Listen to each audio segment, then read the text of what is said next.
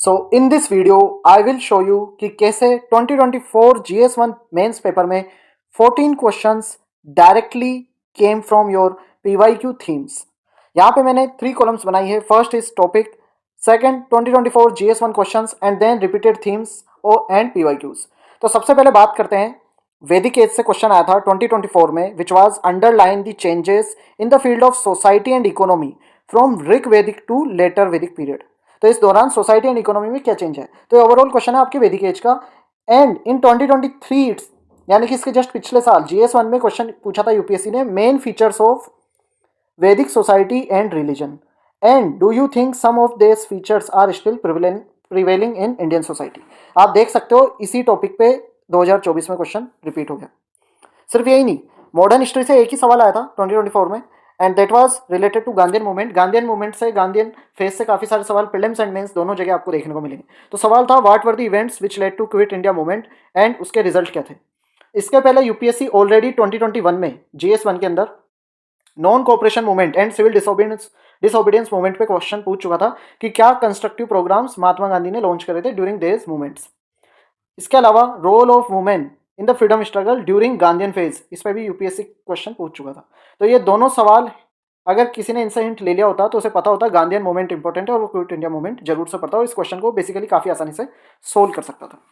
इसके बाद में चोलाज पे काफी बार क्वेश्चन देखने को मिले हैं, जैसे though the great Cholas are no more yet their name is still remembered with great pride because of their highest achievement in the domain of art and architecture.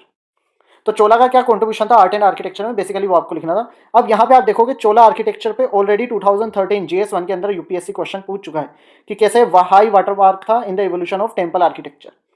Secondly, discuss main contribution of Gupta and Chola period into Indian heritage and culture. इस पे UPSC ने 2022 में सवाल पूछा था। तो चोला का एक तो सवाल 2022 में रिपीट हुआ और फिर 2024 में रिपीट हुआ। यहाँ पे वो basically art, Indian heritage and culture यानी कि चोला आर्ट के बारे में पूछे और यहाँ पे चोला आर्किटेक्चर के बारे में उन्होंने पूछा था।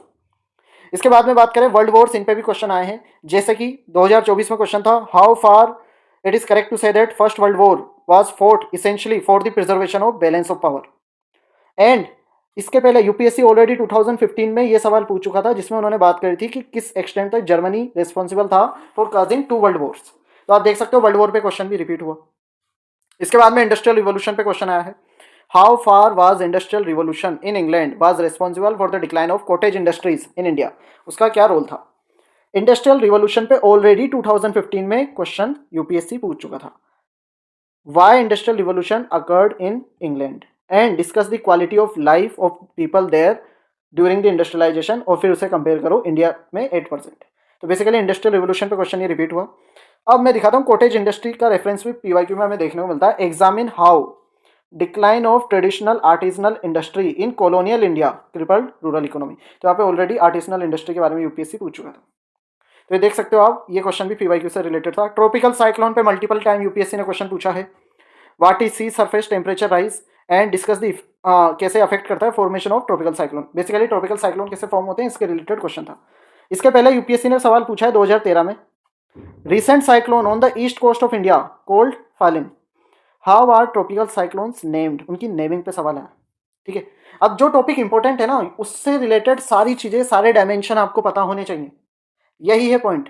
आप सारे टॉपिक्स के सारे डायमेंशन पता नहीं कर सकते हो, but selected topic which I am highlighting here which are repeating in PYQs, उनके सारे डायमेंशन आपको प्रिपेयर करने पड़ेंगे।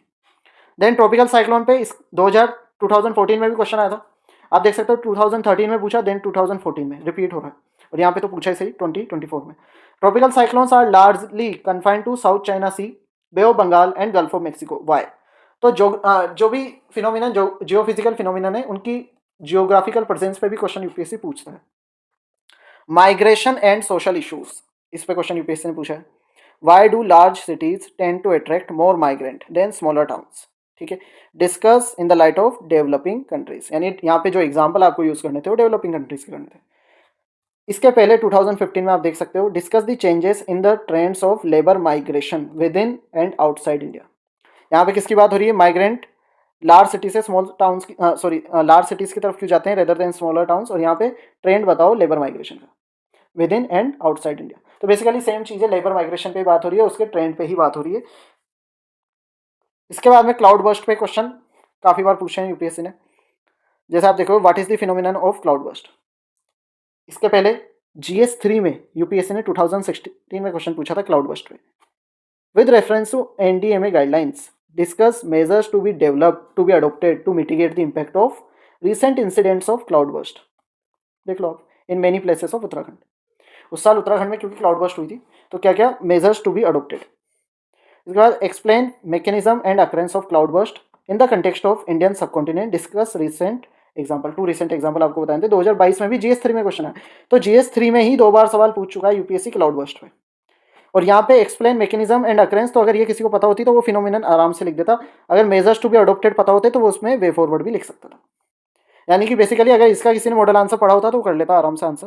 Then gender justice women empowerment से कनेक्ट करके डिफरेंट टाइप के यूपीएससी ने क्वेश्चन पूछे हैं। जैसे यहाँ पे पूछा था 2024 में, distinguish between gender equity and women empowerment and why it is important to take gender concerns into account in programme design and implementation. तो ये क्वेश्चन था। इसके पहले यूपीएससी ने जेंडर जस्टिस पे क्वेश्चन पूछा था GS2 में। यहाँ पे GS3 के क्वेश्चन रिपीट हुए हैं GS1 में, यहाँ पे आप देखोगे GS2 का क्वेश्चन रिपीट हुआ GS1 में। Discuss explain constitutional perspectives of gender justice with the help of constitutional provision and case law. तो यहाँ पे प्रोविजन आपको बताने थे और केस लॉ यानी सुप्रीम कोर्ट जजमेंट्स आपको बतानी थी। तो ये जेंडर जस्टिस पे क्वेश्चन यूपीएससी पूछ चुका है, इसी से कनेक्ट करते हुए यहाँ पे सवाल। इसके बाद में कोलैबोरेशन एंड कोऑपरेशन पे भी यूपीएससी ने क्वेश्चन पूछा है। For example, for dealing socio economic issues of development, किस तरीके का collaboration is required between government, NGO and private sector would be most productive. तो किस तरीके से इन्हें कोलैबोरेट करना चाहिए। इसके पहले यूपीएससी ने GS2 में क्वेश्चन पूछा था 2019 में, जरूरत नीड बताओ for cooperation among various service sectors for in the context of in the development discourse, development से कनेक्ट करके। ठीक है, यहाँ पे भी आपको डेवलपमेंट दिखेगा, यहाँ पे भी आपको डेवलपमेंट दिखेगा। Partnership bridges the gap among sectors, it also sets in a culture of collaboration. यहाँ देखो कोलैबोरेशन वर्ड रिपीट हो रहा है, कोलैबोरेशन। तो किस तरीके से कोलैबोरेट होना चाहिए, कोलैबोरेशन होना चाहिए, टीम स्पिरिट होनी चाहिए in the exam in India's development process. तो डेवलपमेंट प्रोसेस में डिफरेंट सर्विस सेक्टर्स कैसे कोलैबोरेट कर सकते हैं, वो इस क्वेश्चन की थीम थी। यहाँ पे किस तरीके से government, NGO and private sector collaborate कर सकते हैं फॉर डेवलपमेंट, ये देख लो। To addressing the issue of socio economic issues of development. Food security पे यूपीएससी ने मल्टीपल टाइम क्वेश्चन पूछा। जैसे यहाँ पे 2024 में क्वेश्चन पूछा कि ground water potential of Gangetic valley is on serious decline, कैसे अफेक्ट करेगा फूड सिक्योरिटी को। ठीक है, इसके पहले 2023 में GS1 के अंदर यूपीएससी ने फूड सिक्योरिटी पे क्वेश्चन पूछा था। Discuss the consequences of climate change on food security. देख लो क्लाइमेट चेंज कैसे अफेक्ट करेगा फूड सिक्योरिटी को, यहाँ पे पूछा। जो Gangetic like ground water potential जो डिक्लाइन हो रहा है वो कैसे अफेक्ट करेगा, ये पूछा। बस टॉपिक चेंज हुआ है, क्लाइमेट चेंज का इफेक्ट पहले पूछा था, इस बार गंगेटिक वैली का पूछ लिया, लेकिन पूछा फूड सिक्योरिटी पर ये। इसके बाद में performance of welfare scheme, so despite comprehensive policies under privilege section. अब यहाँ पे अंडर प्रिविलेज आपको दिखेगा, यहाँ पे आपको दिखेगा वल्नरेबल सेक्शन। बात एक ही है, दोनों एक ही है, यहाँ पे भी वल्नरेबल, ये तीनों एक ही सेक्शन के बारे में बात हो रही है, यानी कि वुमेन, PW दिव्यांग्स, then your children, then tribal, SCs, elderly, इन्हीं की बात हो रही है basically. So under privilege section are not getting the full benefits of affirmative action. ये रिजर्वेशन पे क्वेश्चन था कि कैसे वो बेनिफिट नहीं ले पा रहे हैं इसका, तो वो आपको रीजंस बताने थे। इसके पहले 2019 में GS2 में यूपीएससी ने क्वेश्चन पूछा था performance of welfare schemes for vulnerable sections, और यहाँ पे परफॉर्मेंस किसकी पूछी है, अफर्मेटिव एक्शन की, वो भी एक पार्ट ही है वेलफेयर स्कीम का। ठीक है, then development and welfare schemes for the vulnerable sections are discriminatory, यहाँ पे भी आप देख सकते हैं। तो जो भी वल्नरेबल सेक्शंस है उनके रिगार्डिंग जो स्कीम्स है, इनिशिएटिव्स है, अफर्मेटिव एक्शन है, उसके रिगार्डिंग ये क्वेश्चन है, थीम रिपीट हुई है। इसके बाद में ग्लोबलाइजेशन एंड वुमेन से कनेक्ट करके यूपीएससी ने क्वेश्चन पूछा। जैसे 2024 में यूपीएससी ने पूछा था, globalisation has increased urban migration of skilled young unmarried women, how has this trend impacted personal freedom and relationship within family. यानी कि ग्लोबलाइजेशन के चलते स्किल्ड यंग अनमेरिड वुमेन का माइग्रेशन हुआ है, उस पर क्वेश्चन है। ठीक है, यहाँ पे क्या क्वेश्चन है, positive and negative effect of globalisation on women. तो यहाँ पे एक बेसिक क्वेश्चन है, इन जनरल क्वेश्चन है वुमेन पे, यहाँ पे उन्होंने स्पेसिफिक कर लिया कि किस तरीके से ग्लोबलाइजेशन इफेक्ट कर रहा है migration of skilled young unmarried women. ये 2015 में तो पूछा गया था, ये 2024 में पूछा गया आपके। फिर रीजनल डिस्पैरिटी पे भी क्वेश्चन रिपीट हुआ है। यहाँ पे यूपीएससी ने पूछा है regional, what is regional disparity, ये डाइवर्सिटी से कैसे डिफर करती है, कैसे एक सीरियस इशू है, how serious is the issue of regional disparity. इसके पहले 2016 में question came, what is the basis of regionalism, इस पर क्वेश्चन आया था। Then is it that unequal distribution of benefits of development on regional basis eventually promotes regionalism. तो यहाँ पे अनइक्वल डिस्ट्रीब्यूशन ऑफ बेनिफिट्स, इसका किसकी बात हो रही है यहाँ पे? रीजनल डिस्पैरिटी की बात हो रही है। भाई अनइक्वल डिस्ट्रीब्यूशन ऑफ बेनिफिट्स क्या क्रिएट कर रहा है? रीजनल डिस्पैरिटी क्रिएट कर रहा है ना ऑन रीजनल बेसिस। देख लो, तो वही थीम यहाँ पर भी आपको देखने को मिलेगी। तो ओवरऑल इस तरीके से आपको क्लियरली दिख रहा होगा कि कैसे 14 क्वेश्चंस डायरेक्टली पीवाईक्यू की थीम्स पे आए थे। और इसीलिए मैं कहता हूँ कि आप अगर पीवाईक्यू के मॉडल आंसर याद कर लेते हो और टॉपर कॉपीज से प्रेजेंटेशन सीख लेते हो, आपका मेजोरिटी वर्क हो चुका है। लेकिन स्टूडेंट करंट अफेयर पढ़ते रहते हैं, इधर उधर के रिसोर्सेज पढ़ते रहते हैं जो यूपीएससी पूछता भी नहीं। कई बार तो मुझे लगता है why they are studying it, whether they are preparing for UPSC और some other exam. But leave it aside. मुझे कमेंट सेक्शन में बताना आपको ये वीडियो कैसा लगा। एंड इसके बाद में मैं आपको बताऊंगा कि कैसे जीएस 2 के अंदर 14 क्वेश्चंस रिपीट हुए थे। तो उस वीडियो को भी मैं इसके बाद में रिलीज करूंगा। And show your support to this video, share it with your friends and subscribe to this channel for more such contents.